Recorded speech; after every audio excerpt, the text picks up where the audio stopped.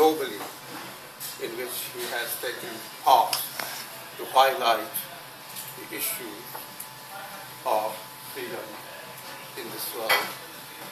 And I'm sure that he will continue to lend whatever support he can lend to this very justified cause of Kashmiri's freedom, who have been fighting for their right to self-determination for the past 66 years.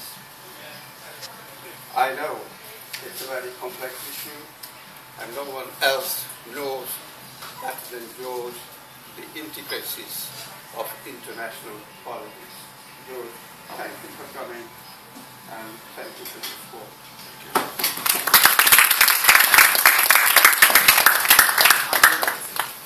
I have explained what we want from George, and now I would like to request George Galloway, MP for Bradford West, to say how he can support us, how we can raise our issue in the Parliament, and if anybody wants to ask any question or any clarification from him afterwards, that will be best thing which we will do today. I think instead of having a lot of speeches. So can I request George? Thank you, sir. Thank you. Bismillah ar-Rahman ar-Rahim. Dr. Arshad, Mayor Ajeeb, Sab, distinguished elders, brothers and sisters, comrades and friends, Assalamu alaikum wa rahmatullahi wa barakatuh. I'm touched by Mayor Ajeeb's remarks, which took me back many decades. In fact, the first time I was ever in the city of Bradford was to visit Mayor Ajeeb at his house at the time when he was hoping to be the Member of Parliament for this constituency. Sadly, we failed, and ironically, if we had succeeded, I would never have been the Member of Parliament for Bradford West. Indeed, I'd be here as a guest of you as the Member of Parliament for Bradford West. Well, I can tell you without fear of contradiction, I should rather have had you as the MP for Bradford West all those decades ago now. But it's funny how things work out. And so the introduction that Mayor Ajeeb gave probably suffices in terms of my own involvement in this question, apart from one or two other noteworthy points which relate actually indirectly to this petition. The first was that Dr. Talker, now sadly no longer with us, took me to the largest meeting I have ever addressed, and I've addressed some very large meetings. The largest indoor meeting in Rosemont Conference Center in Chicago, 1 week before 9/11. And I addressed 25,000 people under a roof in the Rosemont Convention Center on the subject of Kashmir. Flew home a couple of days later, and a couple of days after that, 9/11 happened. I was always worried about that.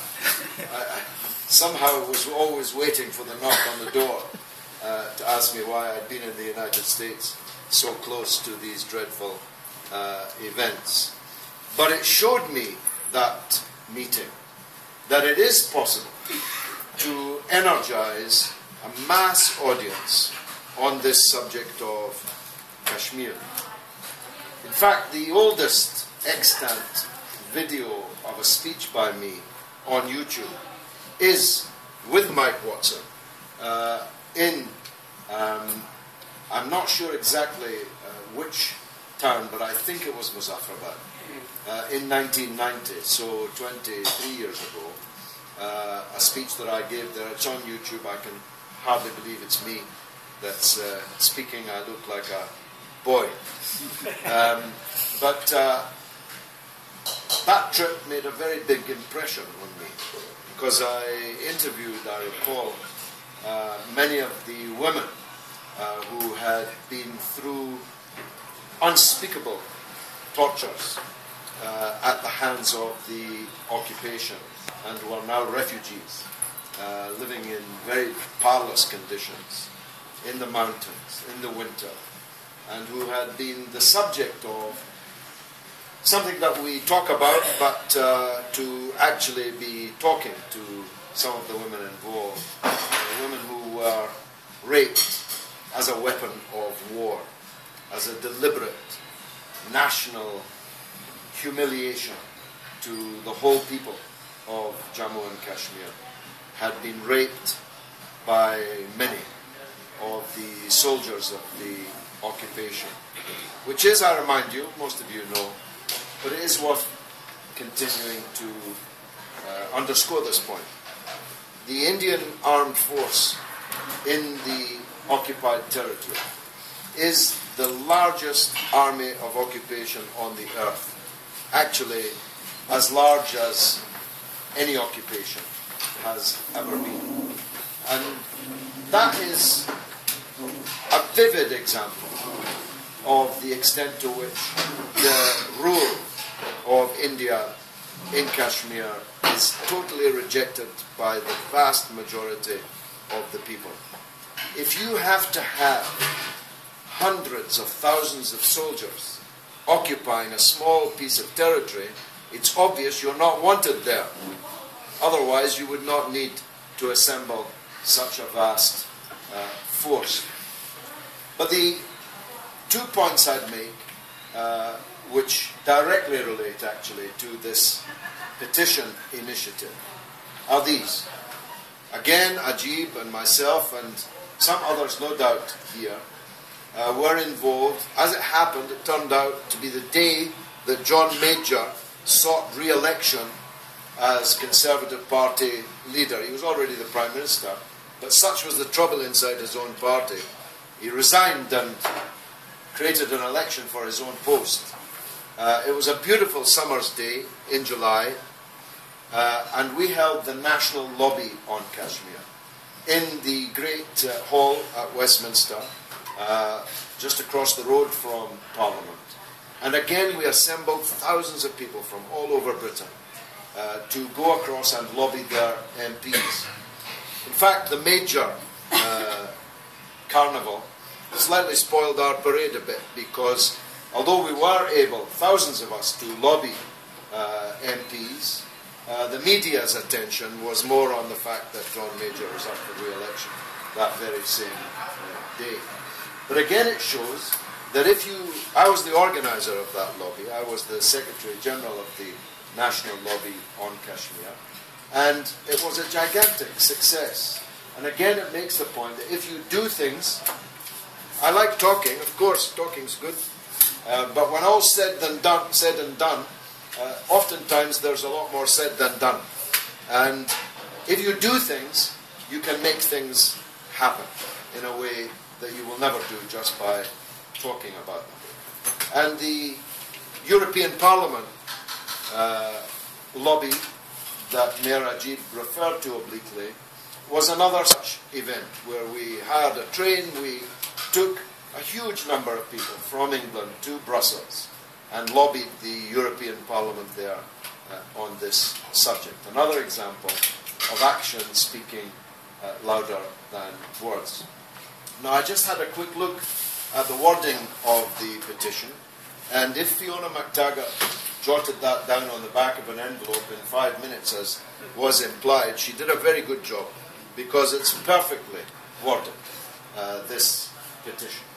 One or two more words would have made it much more difficult. But the words that have been chosen by Fiona are perfect. And there's absolutely no reason why all people of goodwill cannot sign this petition. Now, you may know the rules. If you get 100,000 signatures on a petition, there will be a debate on the subject on the floor of the House. Now, 100,000 sounds like a daunting task, but it's really not. I was a part recently of a drive for a petition for the release of Shakir Amar, the last British resident in Guantanamo Bay. And it looked for a time that we would fall short of the 100,000. My wife and I attended several meetings in London where we tried to get over that finishing line. And in the end, we got 115,000 signatures on that petition. And there was a debate on the floor of the House. Now, a debate, I don't want to overstate it, won't open the gates and free the people of Kashmir. But it would be a big step forward. It's really worth doing. And in a way, as a political activity, it's just about the simplest thing you could do, especially now in this electronic age. We should, of course, at Hanfian Mosque and elsewhere, we should take paper copies and we should energize the people that something is being done. Get on board. All you have to do is put your name. But in this electronic age, the vast majority of our signatures will have to be garnered on the internet, on Facebook, on Twitter, by emails, and so on. It's eminently possible for us to achieve 100,000 signatures. I mean, we ought to be able to get 40,000 signatures in Bradford. I mean, if we didn't get it, it would only be because we failed to put it in front of some people. And if you think of the population, not just of Pakistanis and Kashmiris in Britain, not just of the Muslims in Britain, who number almost 2 million, but the people who can be won, who are neither Muslim nor Pakistani, to the simple demand for self-determination, must be large. Must be.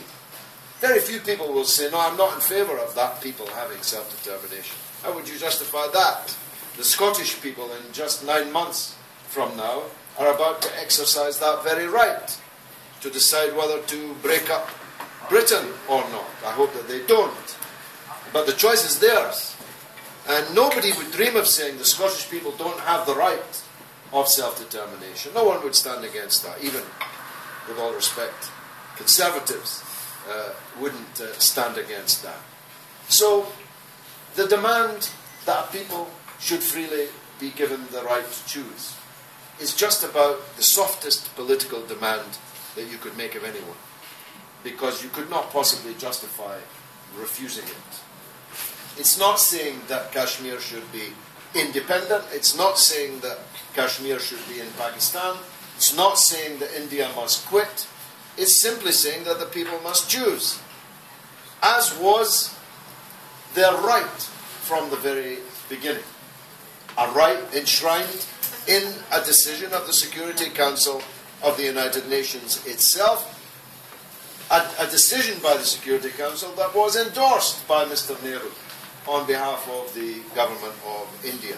These are all points worth making, that this has international legitimacy. It is a basic right of any people to have the right of self-determination, and all we're asking is your name on a piece of paper or electronically via these means that I have mentioned.